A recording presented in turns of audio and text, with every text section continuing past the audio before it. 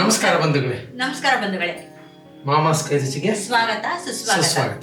ಈ ದಿವಸ ನಾವೊಂದು ವಿಶೇಷವಾಗಿ ಶುಂಠಿ ಚಿತ್ರಾನ್ನ, ಶುಂಠಿ ಬಾತ್ ಅಥವಾ ಶುಂಠಿ ರೈಸ್ ಅಂತ ಬೇಕಾದ್ರೂ ಕರೀತಾರೆ. ಇದು ನಮ್ಮ ಮನೆಯವಳು ರೇಖಾ ರಂಗನಾಥ್, ಅವಳು ಬಹಳ ಅದ್ಭುತವಾಗಿ ಮಾಡ್ತಾ ಇದ್ಲು. ಆ ಅಡುಗೆನ ಅವಳ ಜ್ಞಾಪಕಾರ್ಥವಾಗಿ ಈ ದಿವಸ ನಾವು ಮಾಡಿ ತೋರಿಸ್ತಾ ಇದ್ದೀವಿ. ಶುಂಠಿ ಭಾತ್ ಅಥವಾ ಶುಂಠಿ ಚಿತ್ರಾನ್ನ ಅಥವಾ ಶುಂಠಿ ರೈಸ್, ಇದನ್ನು ಮಾಡಲು ಬೇಕಾಗಿರುವಂತಹ ಸಾಮಗ್ರಿಗಳು: ಶುಂಠಿ, ಕಾಯಿ ತುರಿ, ಕೊತ್ತಂಬರಿ ಸೊಪ್ಪು, ಇಂಗು, ಉಪ್ಪು, ಎಣ್ಣೆ, ಗೋಡಂಬಿ, ಹಸಿಮೆಣಸಿನಕಾಯಿ, ನಿಂಬೆಹಣ್ಣು, ಕರಿಬೇವು, ಕಡಲೆ ಬೀಜ, ಅರಿಶಿಣ ಪುಡಿ, ಸಾಸಿವೆ, ಜೀರಿಗೆ, ಉದ್ದಿನಬೇಳೆ, ಕಡಲೆಬೇಳೆ ಹಾಗೂ ಅನ್ನ. ನೀನು ಟೇಸ್ಟ್ ನೋಡಿಲ್ಲ ಅನ್ಸುತ್ತೆ ಈ ರೈಸ್? ಇಲ್ಲ, ನೋಡಿಲ್ಲ ನಾನು. ಇವತ್ತು ರುಚಿ ನೋಡೋದಕ್ಕೆ ನೀ ಆಮೇಲೆ ಟೇಸ್ಟ್ ನೋಡು. ಖಂಡಿತ. Of the screen. ಇವತ್ತು ಒಬ್ರು ಅತಿಥಿಗಳು ಬಂದಿದ್ದಾರೆ, ಅವ್ರು ರುಚಿ ನೋಡ್ತಾರೆ. ಖಂಡಿತ. ಅವ್ರು ಕೂತಿದ್ದಾರೆ, ನಮ್ಮ ಅಡುಗೆ ನೋಡ್ತಾರೆ. ಅವ್ರ ಮನೆಯಲ್ಲಿ ಅವ್ರ ಮಕ್ಕಳಿಗೆ ಮಾಡ್ಕೊಂಡು ಶುರು ಮಾಡೋಣ. ಈಗ ಸ್ಟವ್ ಹಚ್ಚೋಣ.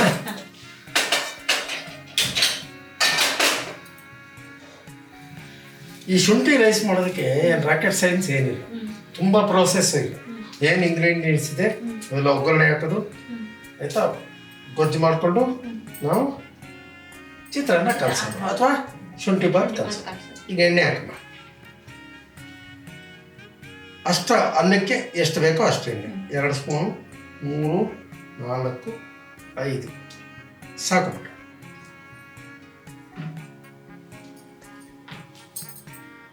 ಎಣ್ಣೆ ಕಾಯಿಲಿ, ಸ್ಟವ್ ದೊಡ್ಡದು ಮಾಡ್ಕೊಳ್ಳೋಣ. ಎಣ್ಣೆ ಕಾದಿದೆ, ಸಾಸಿವೆ ಹಾಕು ಕಟ ಅಂತ. ಸಾಕು. ದೊಡ್ಡ ಸ್ಪೂನ್ ತಗೊಂಡಿದ್ಯಾ? ಒಂದು ಅರ್ಧ ಚಮಚ ಜೀರಿಗೆ ಸಾಕು. ಕಡಲೆಬೇಳೆ ಸಾಕು, ಉದ್ದಿನಬೇಳೆ ಸಾಕು, ಕಡಲೆಕಾಯಿ ಬೀಜ ಸಾಕು. ಇನ್ನೊಂದು ಅರ್ಧ ಚಮಚ. ನೀನು ಆಸೆ, ಯಾಕೆ ಬೇಜಾರು? ನಿನ್ನ ಕಡಲೆಕಾಯಿ ಇಷ್ಟ ಅಂತ ಗೊತ್ತು. ಗೋಡಂಬಿ ಹಾಕಿ ಚೂರು ಇದು ಫ್ರೈ ಆಗಲಿ. ಕರಿಬೇವಿನ ಸೊಪ್ಪು ಇನ್ನೊಂದು ಚೂರು ಹಾಕ್ತೀನಿ. ಓಕೆ. ಮೆಣಸಿನ್ಕಾಯಿ, ಒಣಮೆಣಸಿನ್ಕಾಯಿ ಇಲ್ಲಿ ನಾವು ಬೆಳಗ್ಗೆ ಹಾಕ್ತಾ ಇದ್ದೀವಿ. ಗುಂಟೂರು ಬೇಕಾದ್ರೂ ಹಾಕ್ತೀವಿ, ಯಾಕಂದ್ರೆ ನಮ್ಮ ಅತಿಥಿಗಳು ಇವತ್ತು ಜಾಸ್ತಿ ಖಾರ ತಿನ್ನಲ್ಲ. ಹಾಗಾಗಿ ನೀವು ಖಾರ ಎಷ್ಟು ಬೇಕಾದ್ರೂ ಹಾಕೊಳ್ಳಿ. ಈಗ ಹಸಿರು ಮೆಣಸಿನ್ಕಾಯಿ ಸ್ವಲ್ಪ ಕಮ್ಮಿನೇ ಹಾಕು. ಮನೆಯಲ್ಲಿ ನೀವುಗಳು ವೀಕ್ಷಕ ಬಂಧುಗಳು, ನೀವು ಮಾಡ್ಕೊಳ್ಬೇಕು. ಖಾರ ಎಷ್ಟು ಬೇಕಾದ್ರೆ ಇದು ಖಾರ ಎಷ್ಟು ಬೇಕೋ ಅಷ್ಟು ಹಾಕಿ. ಹಸಿರು ಮೆಣಸಿನ್ಕಾಯಿ ಚೆನ್ನಾಗಿ ಬಾಡಬೇಕು. ಇದು ಕೂಡ ಬೇಕು.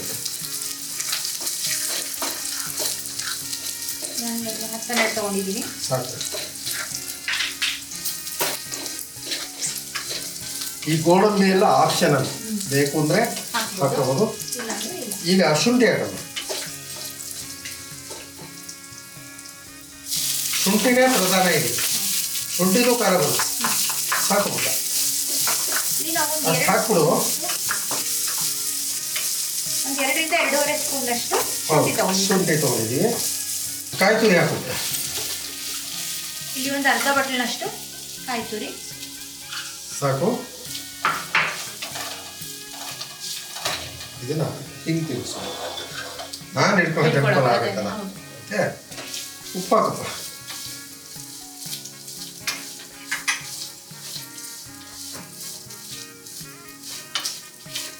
ಸಾಕು. ಬೇಕು ಅಂದ್ರೆ ಅನ್ನ ಕೊಚ್ಚು ಹಾಕೋದು. ಹಿಂಗೆ ಹಾಕೋದು.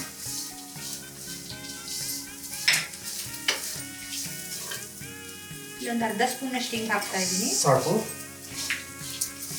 ಈಗ ಬಿಸಿ ಇರೋ ನಿಂಬೆ ಹಾಕೋದು, ಅನ್ನಕ್ಕೆ ಡೈರೆಕ್ಟ್ ಹಾಕೋದು. ಸ್ವಲ್ಪ ಕೊತ್ತಂಬರಿ ಸೊಪ್ಪು, ಅನ್ನದ ಮೇಲೆ ಒಂಚೂರು ಹಾಕೋಣ. ಆಮೇಲೆ ಸಾಕು. ಅರಿಶಿನ ಅರಿಶಿನ ಯಾವಾಗ ಬೇಕಾದರೂ ಹಾಕೋಬೋದು. ಸ್ವಲ್ಪ ಅರಿಶಿನ, ಅದೇನು ಫ್ರೈ ಆಗಬೇಕು ಏನು ಅದೆಲ್ಲ ಏನು ಇಲ್ಲ. ಈಗ ಮಸಾಲೆ ರೆಡಿ ಇದೆ. ಶುಂಠಿ ಬಾತ್, ಜಿಂಜರ್ ಬಾತ್ ಅಥವಾ ಶುಂಠಿ ಚಿತ್ರಾನ್ನ, ಅದಕ್ಕೆ ಏನಾದ್ರು ನಮ್ಮ ವೀಕ್ಷಕ ಬಂಧುಗಳು ನಾಮಕರಣ ಮಾಡ್ಕೊಳ್ಳಿ ಅಲ್ವಾ.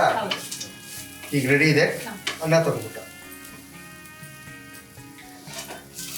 ಈಗ ಗೊಜ್ಜು ಮಾಡ್ಕೊಂಡಿದೀವಿ ಅಂತ ಎಲ್ಲ ಅನ್ನ ನೋಡ್ಕೊಂಡು ಅನ್ನದ ಪ್ರಮಾಣ ಎಷ್ಟಿದೆಯೋ ಅದ್ರ ತಕ್ಕಂತೆ ಗೊಜ್ಜು ಹಾಕ್ಬೇಕು. ಯಾಕೆಂದ್ರೆ ಶುಂಠಿನೂ ಖಾರ ಇರುತ್ತೆ, ಹಸಿಮೆಣಸಿನ್ಕಾಯಿ ಖಾರ, ಒಣಮೆಣಸಿನ್ಕಾಯಿ ಹಾಕಿರೋದ್ರಿಂದ ಖಾರ ಅತಿಯಾಗಿ ಇವಾಗ ನೋಡ್ಕೊಂಡು ಎಷ್ಟು ಬೇಕೋ ಅಷ್ಟನ್ನು ಇದು ಇಟ್ಕೊಂಡ್ರೆ ನೀವು 15 ದಿವಸ ಅಲ್ಲ 1 ತಿಂಗಳು ಫ್ರಿಜ್ಜಲ್ಲಿ ಇಡಿ, ಏನೂ ಆಗಲ್ಲ. ಒಂದು 8 ಕಂಟೈನರ್ಲಿ ಆರದ್ಮೇಲೆ ಹಾಕಿಟ್ಕೊಂಡ್ಬಿಟ್ರೆ ಖಂಡಿತ ಏನಾಗಲ್ಲ. ಸಾಕು. ಈಗ ಇದನ್ನ ಇದೇ ಅನ್ನದ ಕೈಯಲ್ಲಿ ಕಲ್ಸ್ಕೊಂಡು ಕಂದ ಸ್ಟವ್ ಆಫ್ ಮಾಡಿದ್ವಿ. ಚೆನ್ನಾಗಿ ಫ್ರೈ ಆಗಿದೆ. ಏನು ಫ್ರೈ ಮಾಡಿದೆ ಅಂದ್ರೆ ಇಷ್ಟೊತ್ತು 15 ದಿವಸ ಇದು ಕೆಡಲ್ಲ.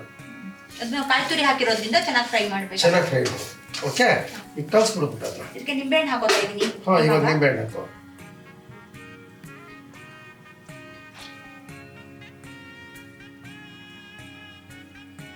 ಅರ್ಧ ನಿಂಬೆಹಣ್ಣು ಸಾಕು ಅಂತ ಅನ್ಕೋತೀನಿ, ಯಾಕೆಂದ್ರೆ ಅನ್ನ ಕಮ್ಮಿ ಇದೆಯಲ್ಲ. ಹಂಗಾಗಿ ತಗೋ, ಇದನ್ನೇ ತಗೋ, ಅದರಲ್ಲಿ ಮಿಕ್ಸ್ ಮಾಡು. ಬಂಧುಗಳೇ, ಒಳ್ಳೆ ಅದ್ಭುತವಾದ ಶುಂಠಿ ಬಾತ್, ಏನೇನು ಜಿಂಜರ್ ರೈಸ್.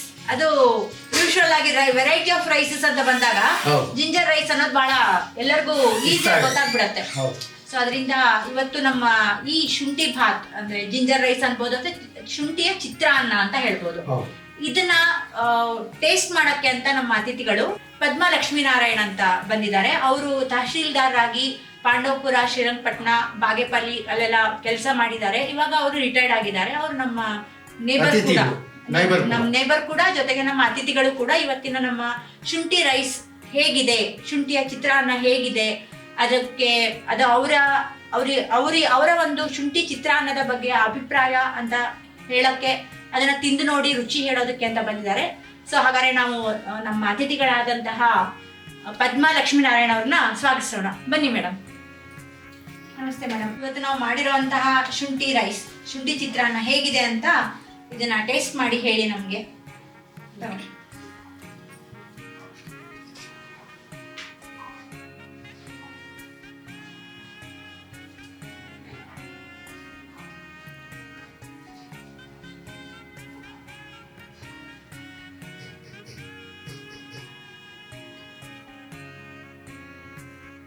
ನೋಡು, ಅದಕ್ಕೆ ಹಲಗರು ವಯಸ್ಸಾದವರು ಅವ್ರು ಆಸ್ವಾದಿಸೋ ರೀತಿನೇ ಬೇರೆ.